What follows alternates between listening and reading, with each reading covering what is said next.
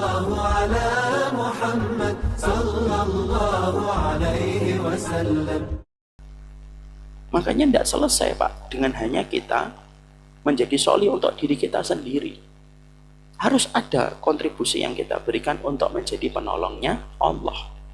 Dan itu yang kita dapatkan dari perjalanan pada ayat yang ke-52. Ini ada sebuah kisah Pak. Ini nyata. Beliau insya Allah orang yang insya Allah sudah mengambil pelajaran dan insya Allah beliau diberikan keberkahan hidupnya. Saya pernah Pak tinggal di Pamulang sebelum memutuskan pindah di Bekasi. Saya tinggal di Pamulang, tinggal di satu komplek Pak. Tinggal di satu komplek. Di mana kompleknya itu dari gerbang utama itu gede banget Pak. Mungkin lebar jalannya itu hampir 15 meter. Maka karena di perumahan tersebut jalannya besar dan ketika malam itu lampunya remang-remang Pak. Memang dibuat kayak gitu konsep dari developer. Apa yang terjadi? Orang banyak pacaran Pak, kanan kiri kanan kiri kanan kiri. Kalau kata orang Jawa ting telecek Pak, kanan ada kiri ada, kanan ada kiri ada. Akhirnya orang di masjid pada gelisah dan gusar. Ini orang pacaran semakin banyak. Dan akhirnya orang itu sudah berasumsi kalau pacaran ke komplek itu enak. Dan itu biasanya didukung satu simbiosis mutualisme. Kalau orang pacaran, pedagang juga banyak Pak. Cilok, jualan selang, semangka, itu kan begitu. Sama kayak jembatan yang ada di Pasar Rebo Pak. Bapak tahu kan flyover Pasar Rebo? Rame betul itu orang pacaran Pak.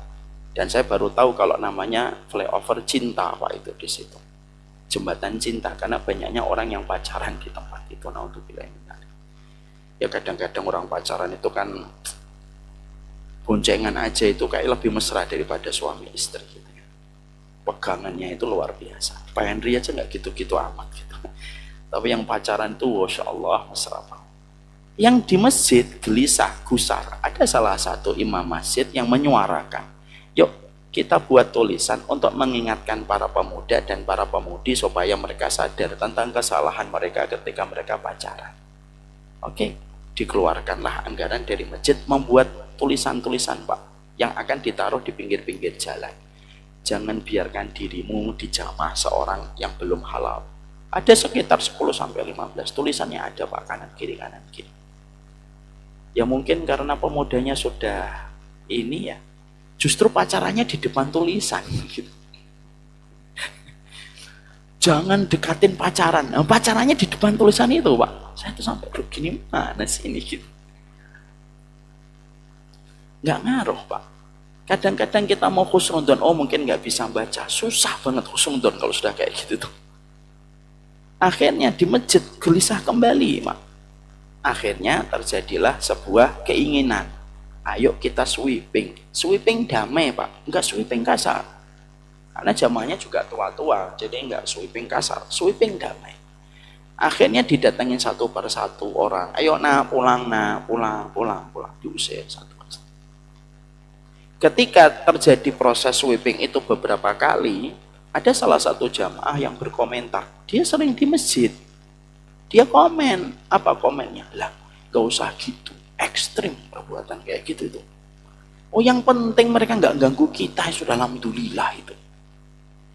Komen itu beliau sampaikan. Dia ucapkan. Sampai pula ke telinga saya. Saya bilang pada saat itu, selain ada ustadz yang lain yang juga ikut memberikan jawaban, saya juga memberikan jawabannya. Ya kita tidak bisa memuaskan setiap orang. Yang terpenting sweeping kita baik kok. Sweepingnya nggak kasar, nggak bentak, nggak nyabut kunci, enggak. Pulang pulang. Umur berapa? Kelas 3 SMP Pak. Saya pernah nanya itu, kelas 2 SMP ada. Kelas berapa Mas? Kelas 2 SMP. Perempuannya Pak, kelas 1 SMP. Coba Pak. Pulang. Jangan di sini. Akhirnya ketika ada satu orang yang mereka protes semacam itu, saya memberikan jawaban, tidak semuanya bisa kita senangkan orang. Yang penting kita melakukan tindakan itu penuh kasih sayang. Udah Pak, berjalan. Sampai pada satu waktu saya nggak ngerti tentang orang yang ngomong itu, kecuali saya ingat wajahnya, tapi beliau nggak ngomong langsung ke kami. Sampai beberapa bulan berjalan, sampai setengah tahun. Satu waktu ketika saya pulang dari dakwah kajian, saya mendapati beliau itu ke rumah. Saya mikir, ini ada apa ya? Saya masuk, Pak, ada yang bisa saya bantu gitu. Beliau itu matanya berkaca-kaca. Terus beliau salaman, beliau minta dipeluk, saya peluk, Pak. Nangis, Pak. Maka beliau nangis, ceritalah beliau, Pak. Ini kisah nyata. Beliau cerita, Ustadz tahu saya gitu. Ya tahu, Pak, jamaah masjid gitu. Saya dulu yang bilang kita tidak perlu sweeping orang yang pacaran. Oh iya, Bapak, iya. Saya dengan ini Ustadz minta maaf atas apa yang saya sampaikan. Tolong saya didoakan supaya kita semua hidupnya diridhoi sama Allah. Amin, saya bilang begitu. Bapak dan Ibu tahu apa yang menjadi kisahnya? Saya mau cerita, Ustadz. Anak saya hamil sebelum nikah. Dan saya sedang menghadapi proses pernikahan anak saya dalam kondisi sudah hamil menjelang 3 bulan. Lalu beliau berkata, apakah karena saya dulu pernah komen kayak gitu Allah memberikan ujian? Saya tidak ngerti, Pak. Tapi biasanya kita akan diuji dengan apa yang sering kita katakan. Orang ini baik, Pak, insya Allah. Tapi disitulah kita belajar. Apa pelajaran? Ini hikmah, Pak. Masa ibu kaumin inda kaumin fawaid. Musibah satu kaum itu menjadi pelajaran bagi kaum yang lainnya. Apa pelajaran untuk kita, Pak? Berdiam diri hanya menjadi solih itu belum tentu selamat dari sebuah hukuman Allah. Kalau kita berdiam diri tidak ikut membantu agama Allah. Ini sekaligus pula saya jawab ini. Kalau ada seorang dai yang mengatakan, ngapain membantu agama Allah? Allah itu maha kuat. Ini nih perkataan-perkataan mindset yang salah besar ini. Ada seorang dai nasional mengatakan, ngapain membantu agama Allah? Allah sudah kuat. Biar Allah yang menyelesaikan caranya sendiri. Saya jawab dengan kias aja. Kias adna. Kias itu ada. Kias adna ada kias aula. Kias itu analogi, Pak. Guru memberikan ujian kepada muridnya itu bukan karena guru tidak bisa menyelesaikan jawaban.